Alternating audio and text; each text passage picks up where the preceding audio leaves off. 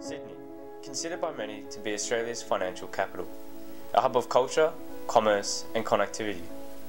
It is clear in this city that profitability is inextricably linked to commercial success, a bottom line that businesses must ensure they achieve in order to stay alive.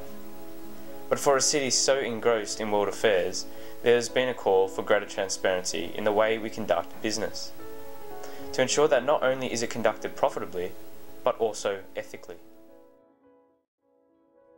Is all business good business? A combination of both ethical and commercial attributes is becoming increasingly sought after in the processes for client selection. During the next few minutes, we aim to convey to you the importance of representing both ethical and commercial issues prevalent in today's business environment, and particularly to potential clients as posed in Part B of the Student Challenge.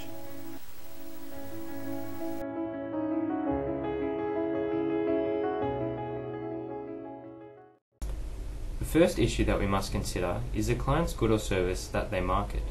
Before we propose for work with this prospective client, we need to assess if the client's product appropriately adds value to society. We need to ensure that in both an ethical and commercial context that a viable compromise is made, ensuring that before we propose for work that the client markets an ethical product. Much like assessing whether the client's product is a benefit to society or not, we also need to ensure that the price of the client's product is representative of its quality. If the client's product is priced too low comparative to its quality, we run the commercial risk of the client defaulting payment in return for our services. If the client is too profit aggressive, with the price of the product relatively too high, consumers are being taken advantage of. In a commercial context, it would taint our reputation if we were to engage in a client operating like this. Abusing its customer base is not unlike questionably treating its staff, as has been portrayed in the media, and hence will be a reputation risk if we were to be involved. Even though our partnership is young and growth has been slow, we cannot unnecessarily take on these risks. To achieve selection, the client would have to price its product fairly. Operating ethically is not just a business hours facade, but rather a lifestyle. In a casual capacity, one of our fellow partners has already met with the financial controller of this particular prospective client. The financial controller, or any other member of the executive or leadership team, forms a crucial element of how the business is conducted.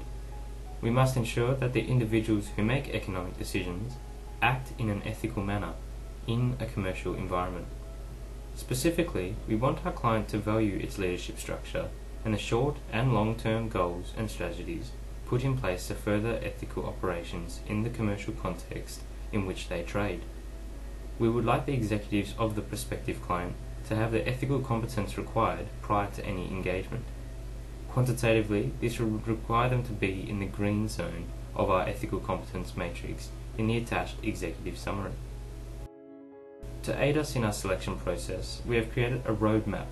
This map cohesively presents both commercial and ethical concerns involved in the selection process, and will be used to filter and find a suitable client, perhaps the client under question, shall it pass each stage of the process. In order to put this map into practice, we will first need to acquire information regarding the client's product, how the client prices the quality of its product, and the ethical competence of the client's leaders. In this presentation, we have looked at the application of 3 pillars of good business, in combination with some commercial attributes.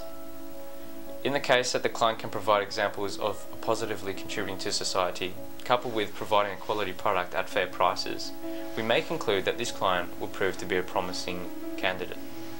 We must also address the issue of whether or not the prospective client upholds an ethical and commercial standard in the way in which they operate, both in their business and their staff.